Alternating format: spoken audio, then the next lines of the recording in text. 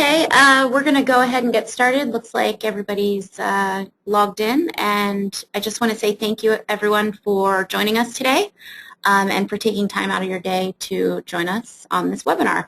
We hope that you'll find some useful tips and tricks for methods to increase revenue. And we put this together because we know that coming up with new tips and tricks to meet your fundraising goals year after year can be very complicated to come up with creative ideas and campaigns. And so we wanted to really bring our expertise to the table and share some of those tips that we know work with you. At this time, I'd like to ask that each of you mute your phones so that we don't have any interruptions during the webinar. We know that some of you will have questions that come up during the webinar, so you can feel free to type those into the GoToWebinar panel as you see here on your screen. At the end of the presentation, we'll open up the floor for Q&A and we'll answer some of those questions at that time. For those of you that are not familiar with who Diamond Mind is and who we are, I'd like to quickly tell you a little bit about or introduce ourselves and let you know who we are. I'm Amy Daly, and I'm a marketing strategist at Diamond Mind.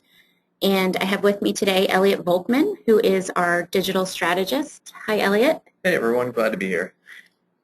And we both, between us, have roughly 15 years of experience doing marketing and fundraising campaigns to nonprofits across the entire country. So we have a lot of expertise that we're really bringing to the table today.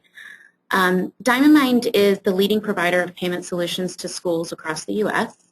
We have over 900 K through 12 clients across the United States, and we were established in 2003. So over the past 11 years, we've been completely dedicated to K through 12 schools. We have a 99.5% retention rate, and we have direct relationships with all the major school vendors. So your Whipple Hill, your Senior Systems, your Final Site, the list goes on and on and on. We integrate with all of those providers so that we can build in our payment solutions into their solutions. We also have relationships with all the major credit card brands and all the associations that you all have come to know and love. We're endorsed by MBOA, MISBO, SOS, and PACE-BOA, and we actually even do the credit card processing for MBOA. So these are some of our solutions. This is what Diamond Mind does. At the core of our business, we provide credit card and ACH payment processing. Again, we've been working with schools for 11 years, and so we've really come to understand how this works specifically for schools, and we help schools come up with the most cost-effective solutions for their school. We have a couple products that really help facilitate those payments, and those are listed below that. We have Tuition Pay, which is an online tuition payment portal that is designed to help schools accept tuition payments without incurring those processing fees. And it also helps you manage those installment plans in-house so that you don't need to go outside to use a tuition management company. We have Forms, which is a form builder tool that helps you to create unlimited online payment forms without knowing any coding, and it's really easy to use. We have our purchase card, which is essentially a corporate credit card that was designed specifically for independent schools, and they help you manage your school expenses that are going out of the school. And then we have our newest product that is actually going to be ready in the next month or so. That really, it's called Balance, and it's really designed to help make reconciliation just a piece of cake for those of you who have headaches dealing with reconciliation. And with that, we'll just go ahead and get started with the webinar, and I'm going to have Elliot walk you through the rest of it. Fantastic. So just a quick reminder, if you have any questions as we go through this, please feel free to use the GoToWebinar tool, which should be, I believe, on the right side of your screen. Just feel free to ask any questions, and as we get towards the end, we will answer them. So let's go started. So let's get started with your school. There's more to your school than brick and mortar. It's your school name, your brand, your mission. Everything at your school has a story. Stories will appeal to your community. So today we're going to look at what your story is and how to create fundraising campaigns around them.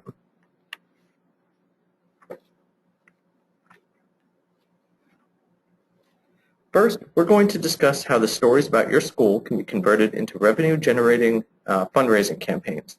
Many of you already know how to use these traditional marketing tactics and communication to appeal to your community, but today we're going to discuss creative methods that are proven not only to work, but increase your donations. So let's get started with driving revenue with storytelling. So I will just make one point. As some of you were registering, you had the opportunity to also ask questions. I'd just like to focus that this is different than your annual fund, where you generally have a lump of all donations.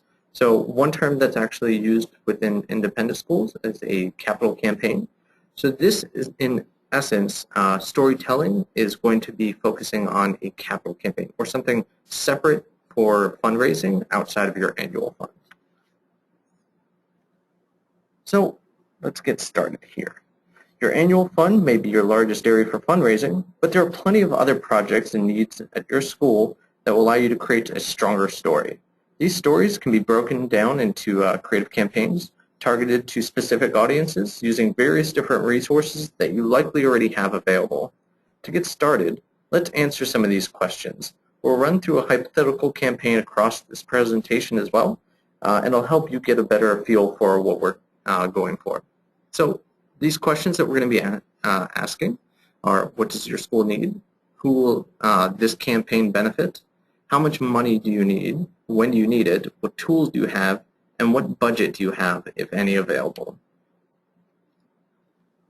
So for this particular example, we're going to look at implementing a technological upgrade for the school.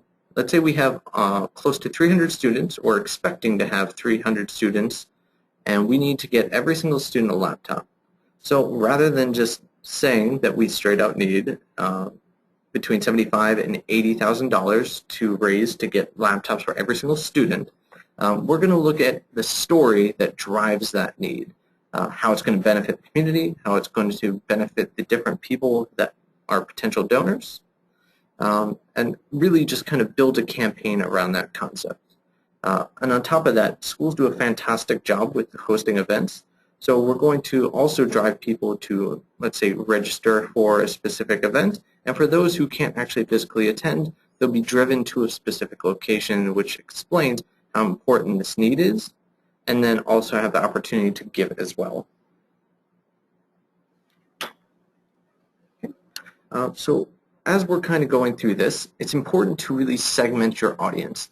Now, I'm going to have Amy discuss this because she does a fantastic job with messaging maps, and she can give you a better idea of how this works.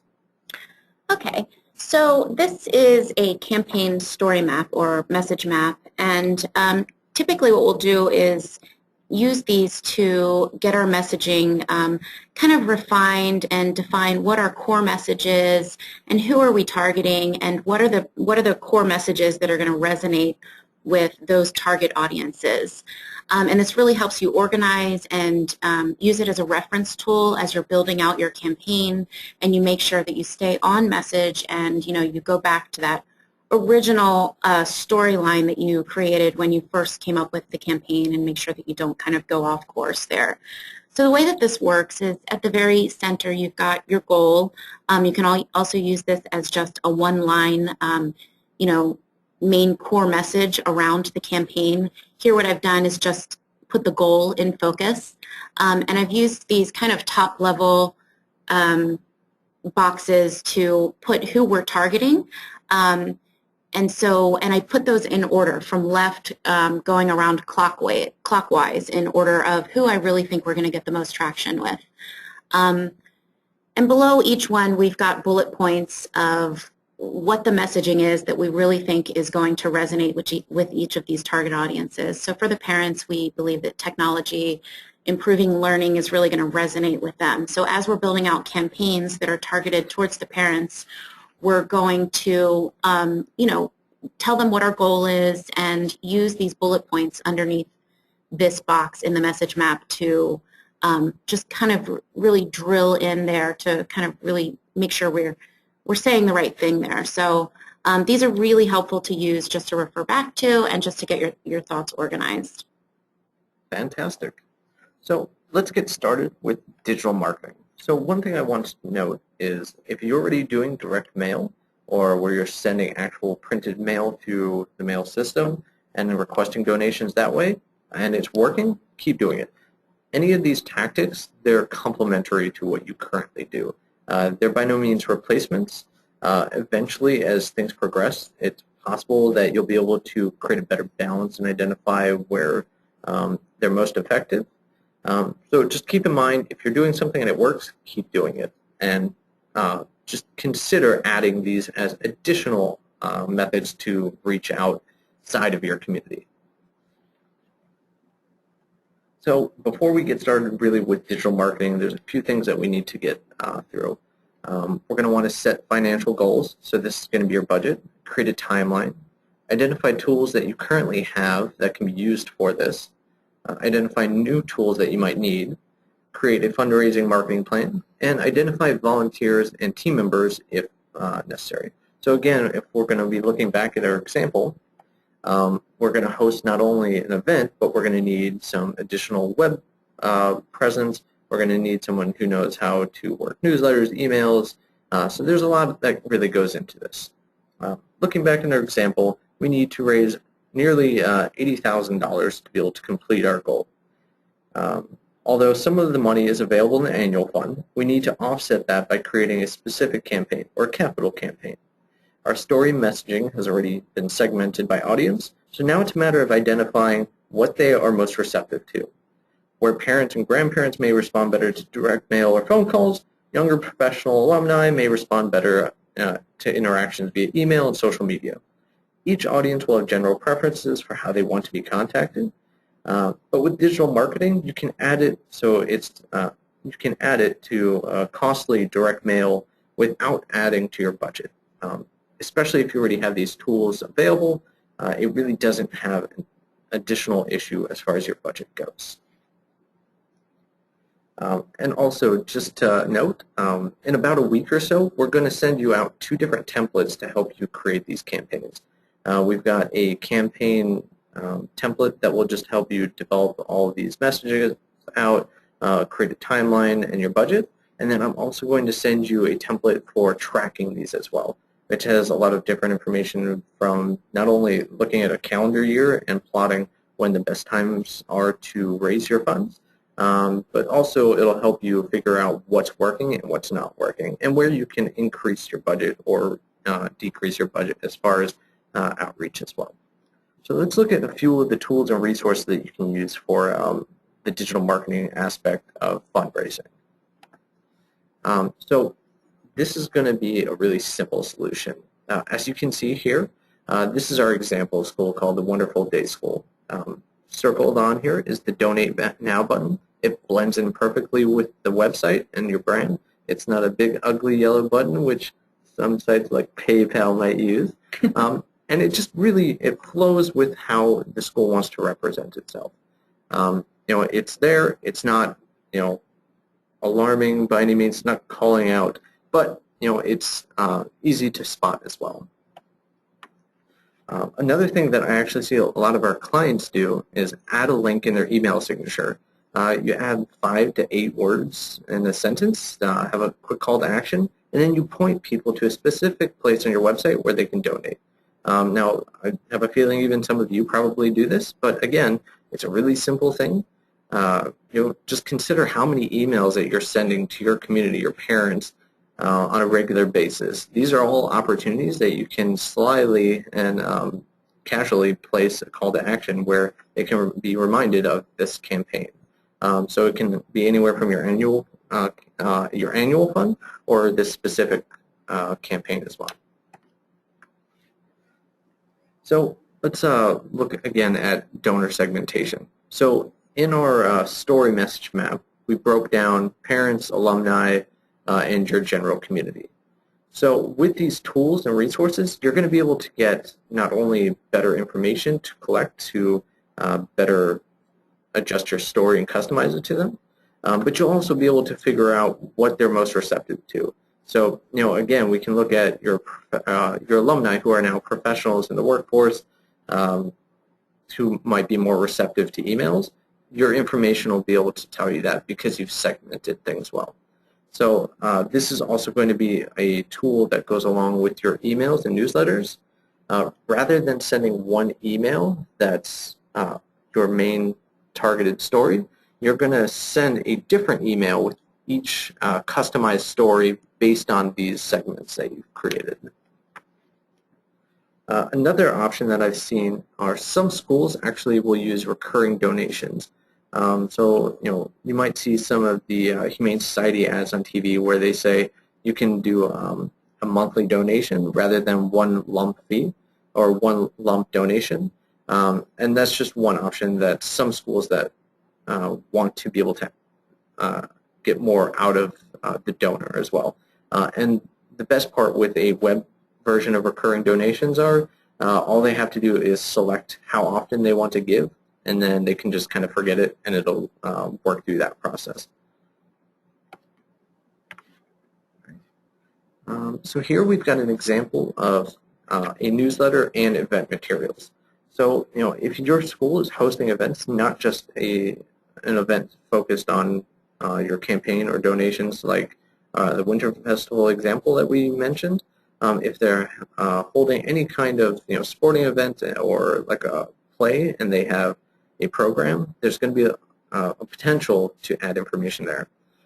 And also for your newsletter, either you might be sending a email-based newsletter or a print-based newsletter. There's always an opportunity to add information about this campaign. So again, you don't want to have a specific call to that you just need money. Focus on the story and then point them to a specific place. And we'll get into that in a little bit about why it's important to have a central hub for this campaign.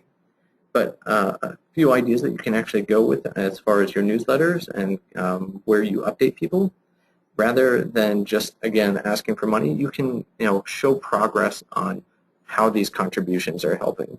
So let's say we were looking at the laptop example and getting everyone in the school to have laptops.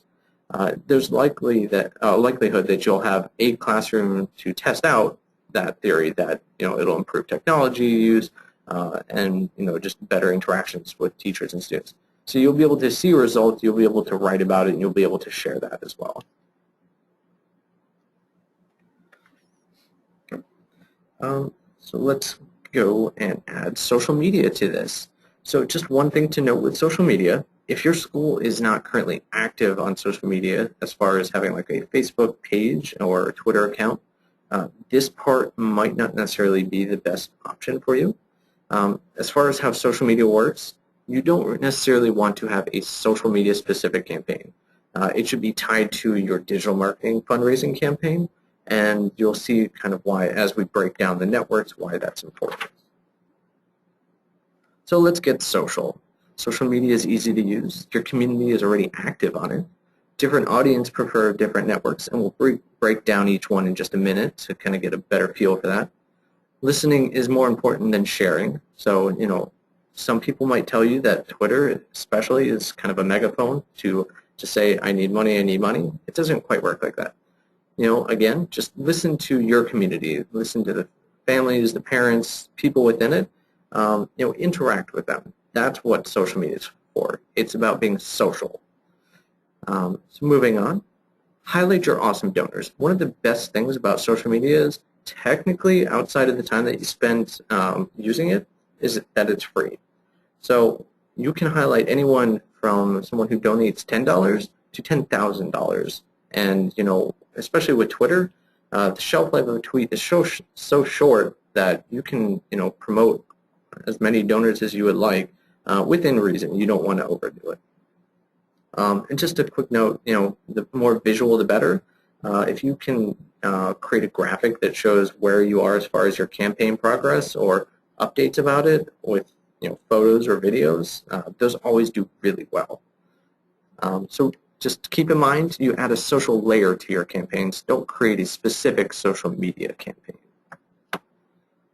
So a few guidelines to just go with as you're creating these social layers. You want to tell a story.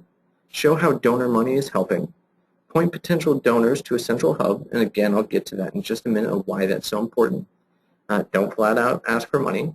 One of the best things of how the storytelling process works is you are going to be interested, or you are intriguing them. You want to grab their attention, and once you've grabbed their attention, you will be pointing them to that central hub, and that's where they'll immediately see why there's an importance and a need for these additional funds. So you won't have to ask for it. The story itself and the donor or potential donor will immediately understand, and they'll be able to make that decision from there. Right, so let's break down some of these networks. If you, again, already use Facebook for your regular school activities to update parents, sports scores, that kind of thing, this is going to be fantastic for you to use. Another thing that you can consider is a donor Facebook group. Essentially how that would work is you have regular updates within a Facebook group. It's just that simple. So if I was going to do an expansion or extension on the school and there was construction updates, that would be a perfect way to either have a blog post or you can just post a photo with a quick description on here's where the donor money is actually contributing, and being able to visualize and see how these things are progressing. That's what progresses your story. And one thing to note with Facebook, in about the last year or so, they've actually limited your organic reach. So you might have, say 2,000 fans or likes on your Facebook page, but in reality is Facebook will limit the amount of people that will see your post. While that is unfortunate, one thing that you can use to extend your reach are Facebook ads. Now I could do a webinar, I could do several webinars on the differences on how to best implement Facebook ads. So take that with a grain of salt that you can use these, and the best times to use a Facebook ad would be in the start, middle, and end of your campaign. But before you put a lot of money into it, I would highly recommend doing some research in there. And again, if you have questions, I'm happy to answer after the fact, after this webinar, so feel free to reach out. But Facebook ads will extend your reach, and not only will the people who like your page see them, it's probable that your extended family members and extended community members will be able to see it as well. There's another actual feature within Facebook page, it's pretty easy to implement, is going to be the event listing. So if we look back at our example about having like a winter festival where we're basically getting both registration money to contribute to the donations, and we'll have activities such as maybe an auction that will contribute to that. We'll want to get people to that event. So you can use the event listing tool and the Facebook page, and that's one such example that you can actually use a Facebook ad to promote and get better reach on it. So Twitter, again, similar to how Facebook works. If you're not already using it for your school, and I would suggest it's actually a really great tool, especially if you have a sports team. Just consider it like any other. If you've ever been to a game in person, you have rolling sports updates. That's one of the most normal uses of Twitter for a school that I see. But if you have regular updates and stuff like that, that's also a great resource. But as far as a fundraising campaign goes for using Twitter, again, it's going to all be story-driven. So just a few guidelines to keep in mind. A tweet has a very short shelf life. It can be anywhere from like a minute to an hour. It really just depends on how much or how busy that person's feed is that they're going to see it. So that's why, again, it's going to be such a great resource to be able to recognize your donors here. For LinkedIn, it's a fantastic professional network. So a lot of schools actually use it for an alumni group. It's free to implement, and it really doesn't take too much to create and monitor them. So it's just a really easy way for the alumni of your school to be able to connect professionally. And that if you already have one in place, it's just another place where you can share updates about your story, the need of this campaign, and really drive people to that specific hub that we'll get to in just a minute.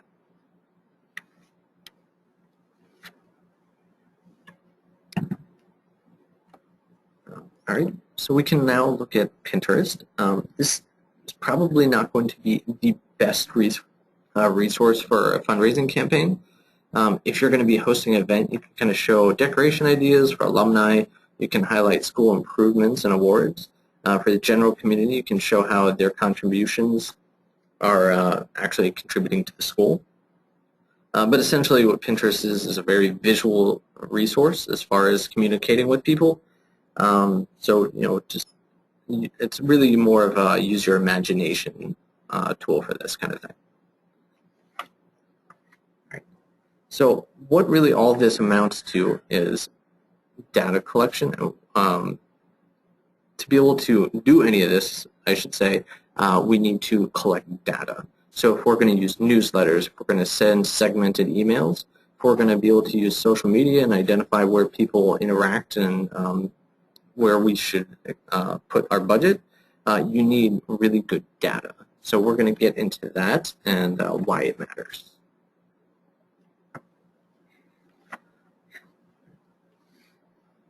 So assuming you already have a newsletter or a CRM list with information about your community, it's important to keep the database organized.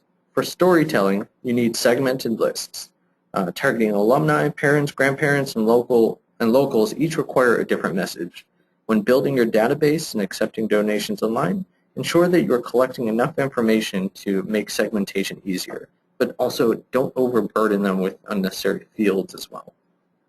We'll also be sharing in our follow-up, again, we'll be sending out that tracker template, which will help you better segment as well.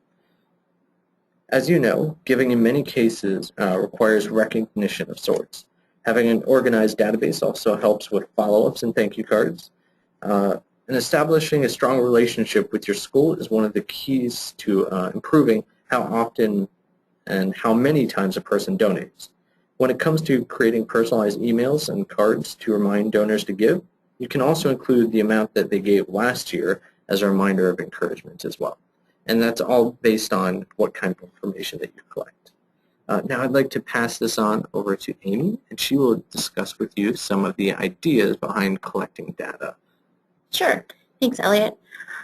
So here we have an example of what a payment form could look like. And just going back to when Elliot talks about the campaign hub and setting up kind of this mini site that lives on your school's website that is really focused on the fundraising campaign itself, with all of your really strong messaging, your data collection tools and techniques, and your payment collections, because of course that's your ultimate goal around this whole campaign. And so here we have an example of some of the important data that you would want to collect and why it's important to collect that.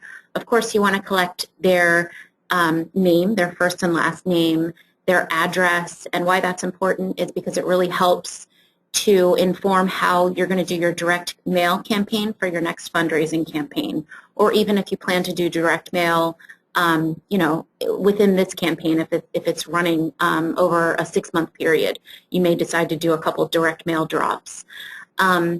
You've got your email address, which is really going to help get accurate data in your database, which, you may have heard of bounce backs on emails, and the more bounce backs you have, the less likely it is that your email will actually get delivered. And so you really want to make sure that you're getting accurate data there for your email address. The affiliation is extremely important in terms of segmentation with your campaign. So in this drop-down, we typically tell our clients to include a couple fields like alumni or a grandparent or a student. Sometimes we find students make donations. Or if they're a current parent of a student, or maybe they're an anonymous donor. All of those things are important to know so that as you're segmenting and you're building out your message map, you know which campaigns really resonate with those affiliations or your segmented groups. And then, of course, it's a fundraiser's dream to have payments and data kind of sync together. And so a form that really captures all of this data, and it's a portal for your payments to get deposited immediately into your bank account without you really having to touch any paperwork, is ideal because it frees you up to keep the momentum of the campaign going. And so, yeah, and we actually, so Diamond Mind has a solution which is called Forms that was designed specifically for schools, where we have drag and drop fields that really help inform all of the best practice forms and fields that you can include on your form. And it makes it super easy to do, so you really don't need to get your development office involved, and anyone can do it. So that's it. That's it on data. Great, fantastic. We'll actually get to tracking and analyzing in just a second. I just wanted to reinforce again and really cover pointing to a central hub again, why it's so important. If you recall back to the example for the, for example, website with the Donate Now button, that would be a general website. That's your homepage with that. But what you want to really drive people to with the story and your messaging is to have a specific landing page where you have that generic kind of story about what the campaign is. So for our example, if we were going to send people to a central hub, we really want people to register for that winter festival. That's where we'll get most of the donations. They'll come to the event. We're going to have an auction or some sort of raffle. We'll get even more donations through that. So really the whole point of the last two sections were being able to get the right information to the right people and get them to, get interested in what the campaign and the technology upgrades for. And really, if you can't attend that event, to be able to donate. So there's two actions that you would get on a central hub for this campaign. One would be either to register and attend the event, and there would actually be an option to be able to donate when you register too. And the other is for those who can't attend, they would be able to donate and contribute to the campaign.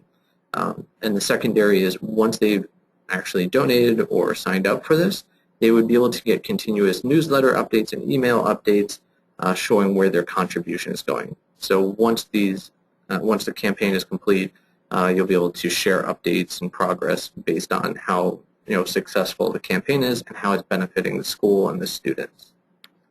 So moving on, let's get to tracking and analyzing.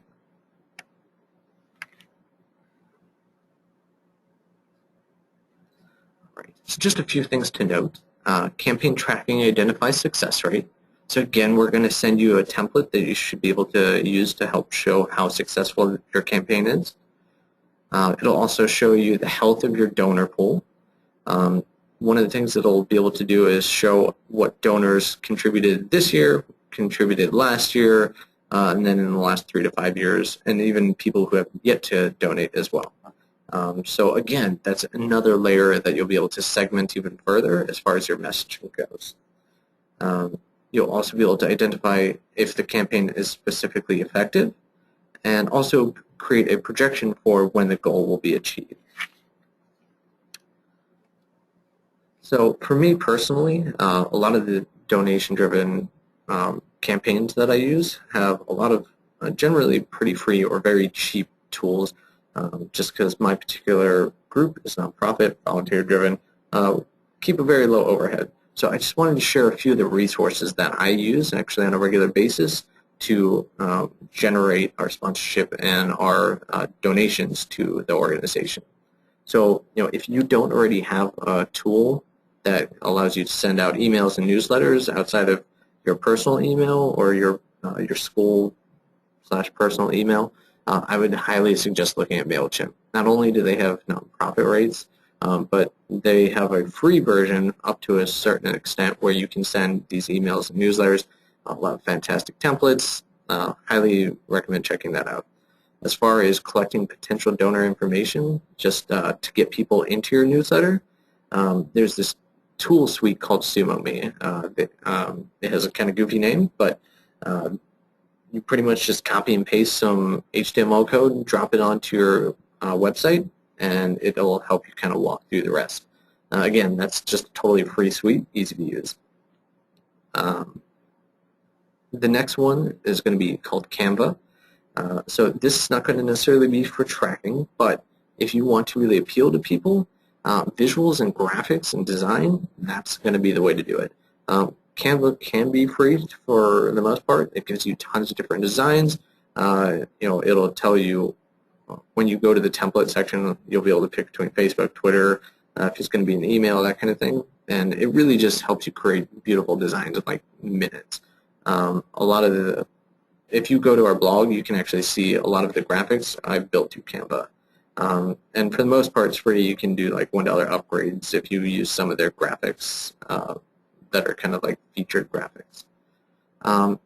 So the other resource that I kind of want to get to is called Asana for tracking deadlines and tasks. And really, this is a really awesome tool if you're going to create a campaign with specific deadlines within it. Once you've got a project plan, once you've got your campaign, you just plug everything in there. And I believe the people who actually created Asana were, they used to work at Google as well, so they have a lot of good technological backing there. And then, as far as actually collecting information and being able to accept donations online, that's where we have Diamond Mine forms. Again, Amy mentioned this before, but it is just this fantastic tool that allows you to, in maybe minutes, create as many forms as you want. So if you have specific landing pages for your alumni, for your students, for your teachers, for your parents, you can create a form that really speaks to each of them based on what information you need. And it's a really just simple, easy to use resource. You don't need IT people involved, and of course it's secure as well. All right. So that kind of wraps up where we are as far as creating digital marketing strategies for fundraising and using social media for fundraising, how to create these campaigns and really track them. I know it's really high-level overview, but if you have any questions, feel free to use the GoToWebinar tool on the right. And if you don't feel like having us address them right now, you're more than welcome to ask us questions after the fact. You can send us an email at marketing@diamondmineinc.com as well. So we'll just give it a minute or so and see if any additional questions come in. But again, just feel free to use that GoToWebinar tool to ask any questions you might have.